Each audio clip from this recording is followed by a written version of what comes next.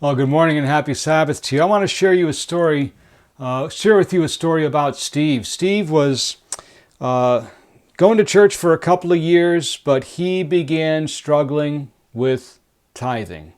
Maybe you and I can associate with him there. But he's looking at his budget, he's looking at his expenses, he's looking at his income, and he began getting nervous. He began getting anxious. He understood that God was calling him to return a tenth to the Lord. But as he looked at the numbers, he didn't see how he can do it. He came to the pastor, he began talking to the pastor and sharing with him his anxiety, sharing with him his fears, and this wise elderly pastor listened to him patiently, and when Steve was done, he replied with one simple question. He said, "Steve, would you die for him?" And that just changed Steve's life. That just turned things around entirely. Now Steve saw this struggle he was having in an entirely new and proper perspective. Now Steve understood where his priorities needed to be. Steve, would you die for him? Today I want to take a look at a question. Today I want to take a look at a question that Jesus asked a sick and lame man. A question which is designed, a question which is intended to provoke us, to look honestly, to look earnestly at ourselves.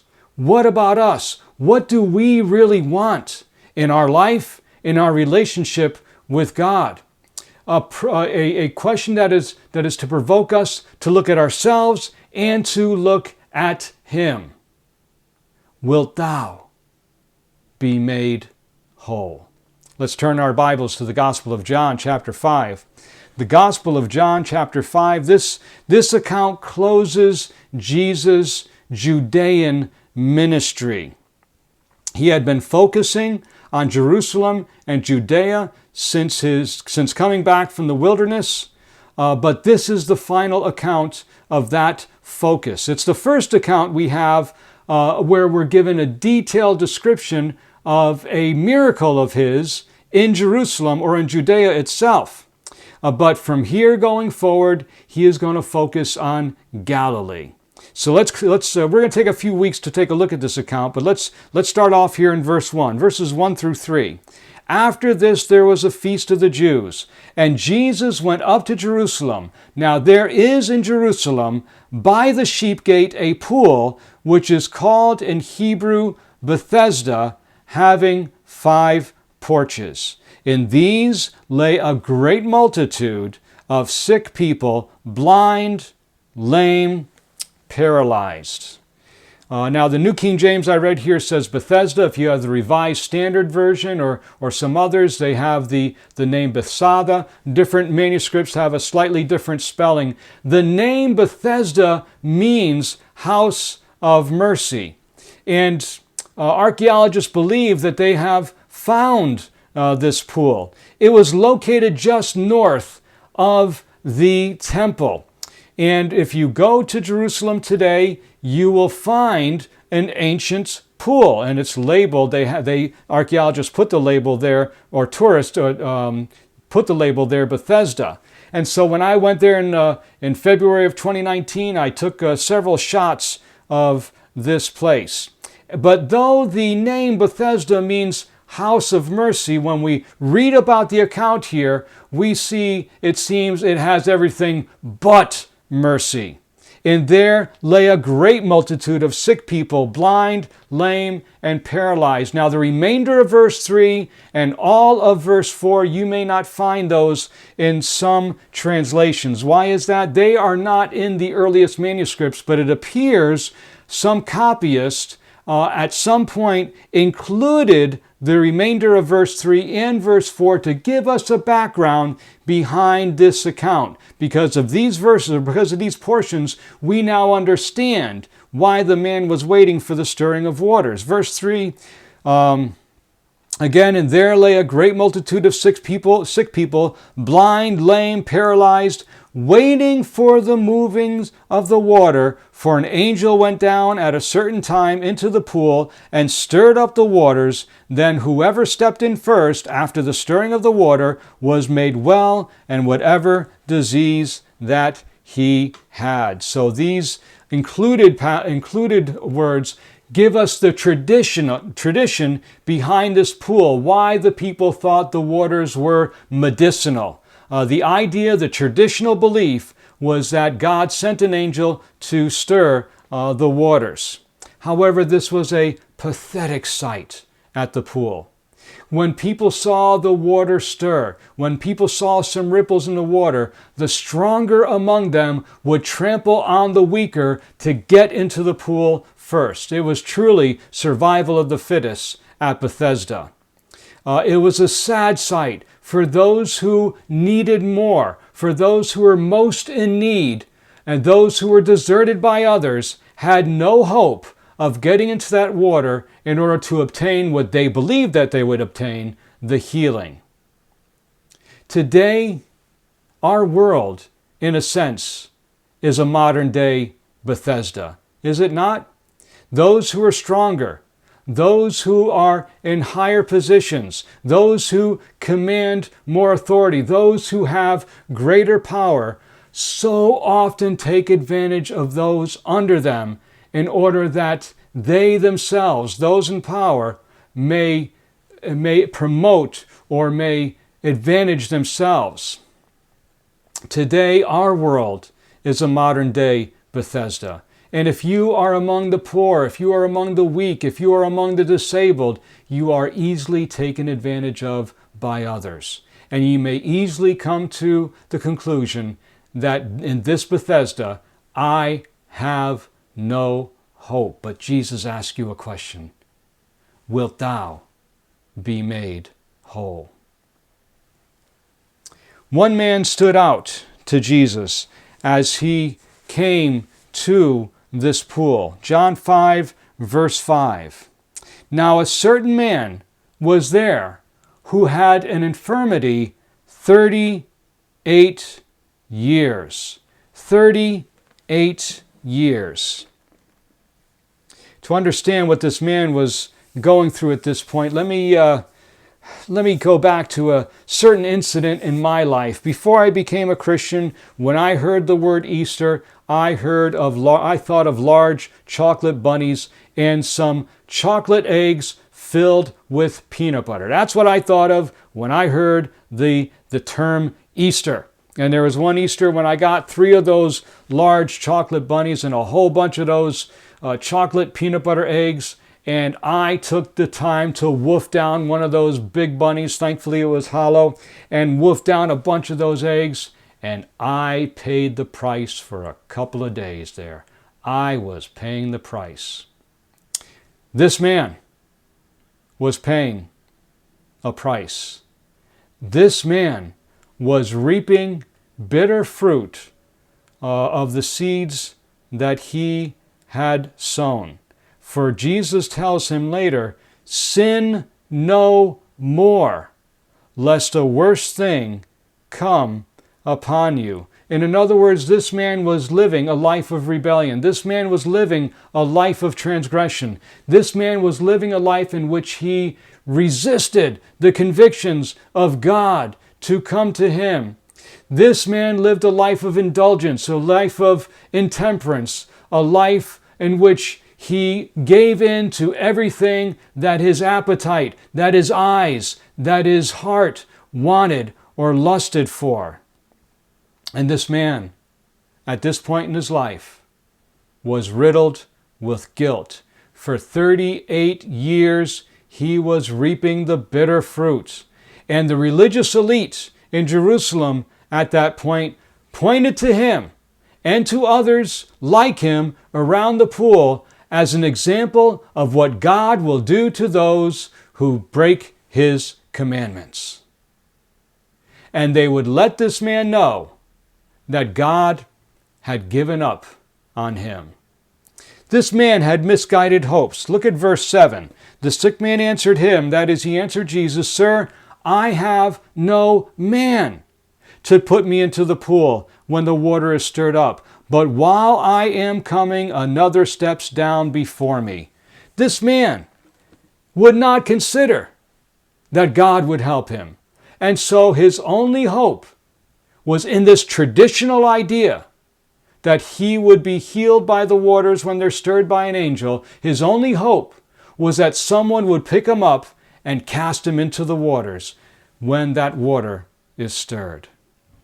My friends, let's draw a warning from this, that the enemy wants us to believe that we have disqualified ourselves so much from God that he has given up on us, that he is not going to consider us, that heaven has closed its gates and heaven has closed its eyes. And the enemy, furthermore, seeks to lead us to focus our hope only on those things that we can draw from the world. Traditional ideas, myths, legends, ideas that have been passed down to us that truly have no basis.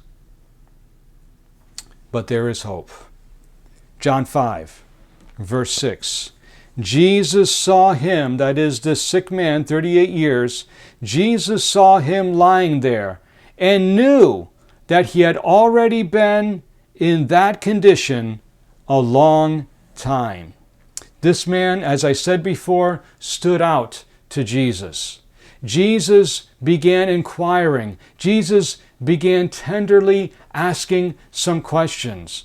Jesus began probing into what this man is going through and how long he's been going through it. Jesus did some research, and Jesus' compassion was stirred for this man. What about you, my friend? Is your case pathetic? Do you feel that the condition you are in is hopeless? Do you feel that heaven has given up on you? Do you believe that your condition, like this man at the pool, is so much worse than anybody else's? Know and believe and be assured that Jesus sees your despair, and that the worse our condition is, the greater his compassion and love for us is stirred. Jesus longed to restore this man. Jesus longs to restore you. Again, verse 6, when Jesus saw him lying there and knew that he had already been in that condition a long time, he said to him, Do you want to be made well?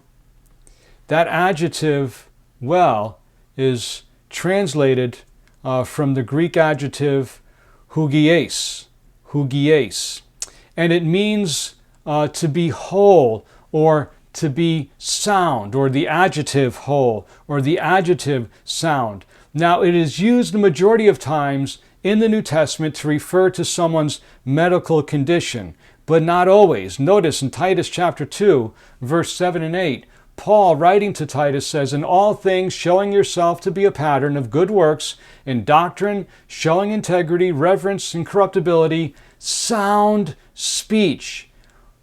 Hugies speech that cannot be condemned. And this is why I'm kind of using the King James version of this question. Wilt thou be made whole? Jesus in this question is not just referring to this man's physical condition, he is referring to the condition of this man's soul.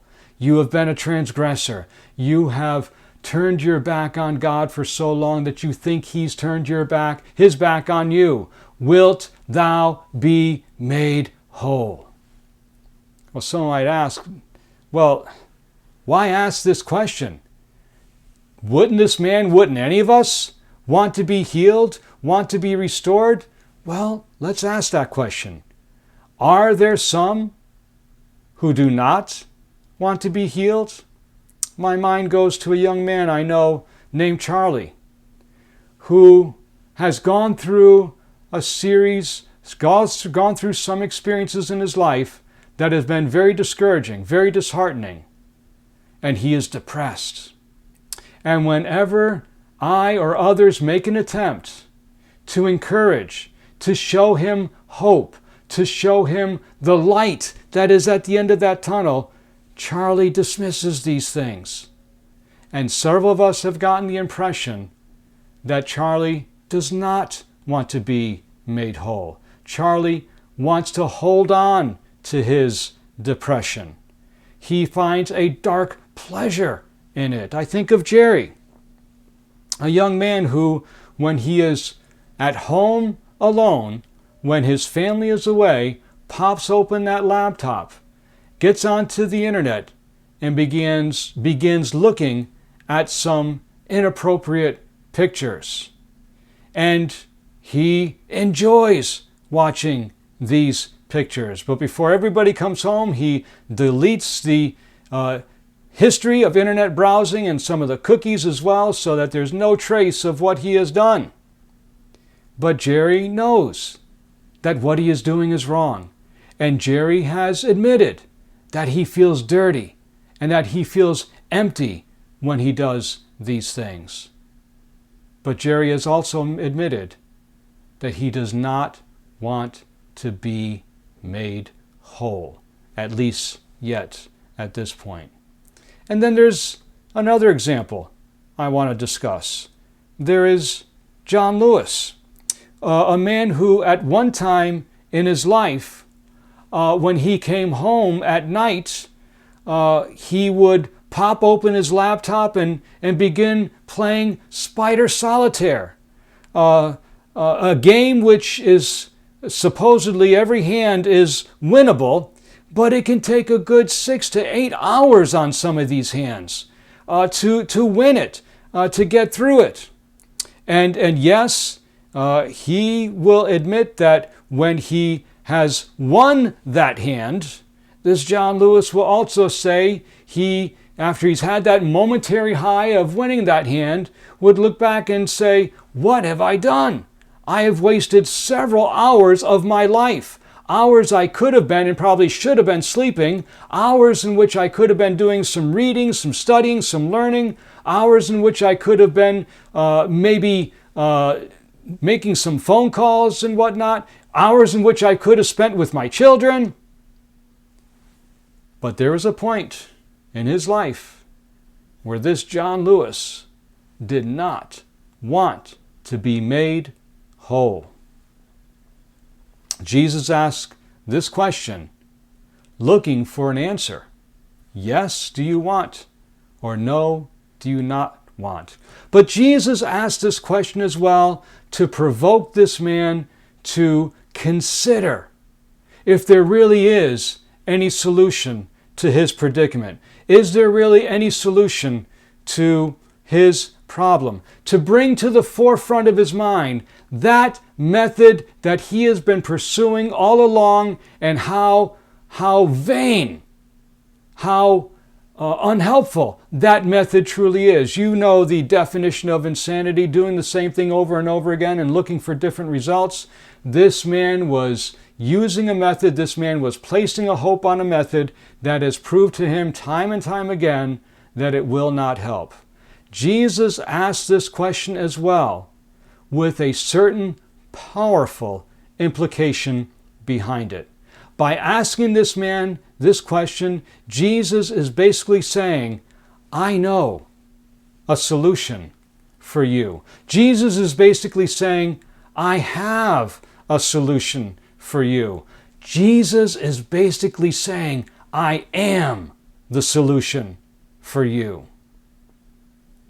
Jesus asks us today this same question. Jesus sees our despair. Jesus sees our misplaced hopes. Jesus sees the torment that we have gone through, trying time and time again to resolve it our way, in the way we think is the only way, the best way to address it. Jesus sees our lack of faith. And Jesus is telling us He is the solution. Wilt thou be made whole? John 5, verse 7 and 8. John 5, verse 7 and 8. The sick man answered him, Sir, I have no man to put me into the pool when the water is stirred up. But while I am coming, another steps down before me. Jesus said to him, Rise, take up your bed, and walk. One of the ongoing themes in the Gospel of John is the Word of God and the power behind that Word. The Gospel is introduced, or the introduction of the Gospel brings this out. In the beginning was the what? Was the Word. And the Word was with God, and the Word was God. All things were made through Him. So the Word of God was the force, the power in the act of creation. Jesus says in John 6:63, the words that I speak to you are spirit and they are life. John 15 verse 3, you are already clean because of the word which I have spoken to you. So what we're being told here throughout the Gospel of John is that there is power in the Word. That power was manifested at creation when God said, let there be light, and that power is manifested in recreation as well when Jesus speaks that word. For 26 years, I was in IT career. And when I was at work, I would write certain code which would give the computer certain instructions, and the computer would do exactly what I told it to do. Now, sometimes I didn't tell it to do the right things. Sometimes I told it to do something that I did not want it to do, but it always did what I told it to do. And so I have this experience at work, but when I come home to my children and I tell them things to do, i.e., get ready for bed, or hey, let's eat supper, or clean up your room, I didn't get the same reaction from them. No, telling my children what to do was like pulling teeth. God, in a sense, I think, is having the same experience. Oh, at creation, He told inanimate objects what to do, and bang, they listened to Him. They had no choice. But when it comes to restoration, when it comes to salvation, when it comes to healing, when it comes to recreation, God is pulling teeth. Why?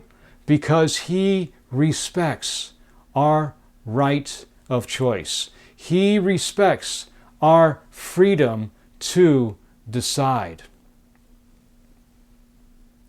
But the sick man here made a choice. What do we find here? John chapter 5 and verse 9. I'll start at verse 8 again. Jesus said to him, Rise, take up your bed, and walk. And immediately the man was made well, took up his bed, and walked. This man responded. This man obeyed the command of Jesus. By faith, he did what Christ commanded him to do, and he was made whole. Now, someone might ask, how can this be? As we're going to see later, this man, Jesus, was a complete stranger to this man. This man didn't know about Jesus. He may have heard about him, but he didn't know him personally. He didn't refer to him by name here at all. To him, this Jesus was just somebody else. How did he have faith? Why did he believe that what Jesus said had come to pass? I believe his faith was triggered by the compassion he saw in Jesus. When Jesus asked him the question, "Wilt thou be made whole?" he saw in Jesus one who was a caring individual. He saw in him one who whose heart was truly drawn to him. He saw in Jesus one who truly loved him and had compassion on him. And this triggered faith in this man. And also, this man's faith was triggered by the authority and the assurance that were mixed in with Jesus' command. When Jesus spoke and said, "Rise, take up your bed and walk," there was an authority there was an assurance there that this man had never heard before, and this stirred faith in him. My friends, see the compassion of Jesus. See the love of Jesus. Know the assurance that he hands out to you and to me.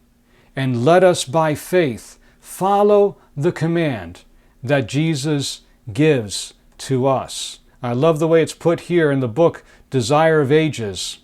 It says, "Do not wait to feel that you are made whole. Believe his word, and it will be fulfilled." Put your will on the side of Christ. Will or choose to serve him. And in acting upon his word, you will receive strength. We choose to do what Jesus commanded us to do, and the power to do it will be given to us then. We are people of infirmities, but are we people of faith? So many of us may be like this man in Bethesda at the pool, broken, riddled with guilt, feeling abandoned and deserted, having no one close to us in our life who can help us with those maladies, with those infirmities, with those things that we have struggled with for so many years. Like this man, we may be enslaved to things that we have brought upon ourselves. But Jesus today asks us a question. Jesus today offers us a help, offers us solutions, a solution. And if we make a choice, if we choose to believe, if we follow his command, then we too will experience restoration. We too will be made whole. Wilt thou be made whole? I'm sure you've heard that phrase so often in your life. The grass is always greener on the other side. Well, before I was a Christian and I looked over that fence of conversion over to the other side of Christianity, the truth is the grass did not look green to me. The truth is that lawn, that yard looked barren. It looked lifeless. It looked deserted. It looked brown. It looked like a desert. I did not want to cross that fence because what I saw on the other side of the fence was dry to me. It was not green on the other side. But the day came when I heard Jesus speak to me and ask me, "Wilt thou be made whole?" And my first response was, "I'm fine the way I am. I'm a decent person. I don't need any changes." But again, the Spirit of God provoked me. Again, the Spirit of God convicted me. Again, the Spirit of God impressed me. "Wilt thou be made whole?" And I saw that changes are needed in my life. I saw that my life is pathetic, that my mind is twisted, that my heart is corrupt, and I needed help. And I looked for it in different places, in different ways. And again the question came to me, "Wilt thou be made whole. And I was invited to jump the fence to the other side, to have faith and believe that what I saw on my side of the fence when looking over is not true, is not real, but the grass genuinely is greener on the other side. And I made that jump. I crossed that fence. I gave my life to Christ. I surrendered control of my life to God. And I have discovered how rich, I have discovered how luxurious, I have discovered how wonderful it truly is on the other side. I discovered not only that it's greener, but I discovered that it is extremely fruitful, extremely fragrant. And I have come to taste more and more what wholeness is like. I have come to taste and to smell and to see more and more what wholeness is like. I only have one regret since crossing that fence. Only one regret. And that is that I didn't cross it earlier in my life. What about you? Wilt thou be made whole?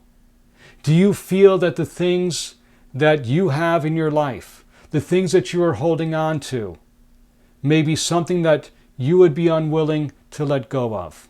Perhaps you're looking on the other side of this experience, looking at what life would be like without those things, and saying, that doesn't look very promising to me. That doesn't look very nice to me. That is not very attractive to me. But believe, have faith.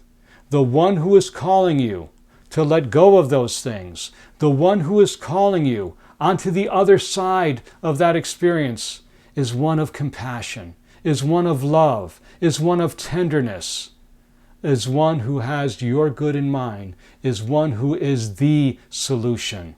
When you let go of those things and you jump over that fence, you will never, never be disappointed. My friend, wilt thou be made whole? My prayer and my hope for each and every one of us is that we truly want to be restored. We truly want to be made like Jesus. We want to be without those things in our life that hinder him, and with those things which enable him to bless us. This is my prayer for you, and this is my prayer for me, in Jesus' name.